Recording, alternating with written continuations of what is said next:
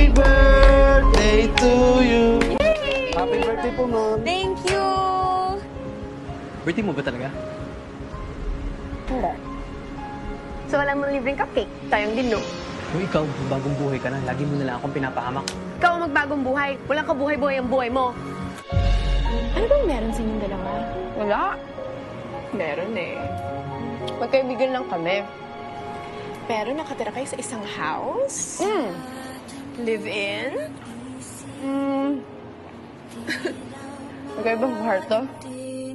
Kapag ikaw na una mamatay, ano? Papatayin kita! Pero Charles, slow lang. Eh, ano kayo? Housemates lang. Anong wish mo para sa akin? Mahanap ka ng taong magmamahal sa'yo. Bakit mo ba mahal? Kapag nakapangasawa na ako, palayasin na kita.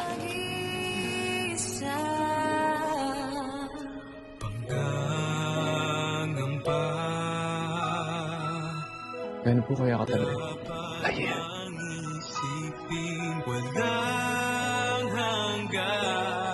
May namit na ako! Sana makakatok pa. Sana nagdala ka ng pintuan. Mahal na mahal mo nga siya, no? Kaya pinili mo yung boyfriend ko to make sure na secure na yung future niya. After our wedding, Cream is my responsibility. No one else's.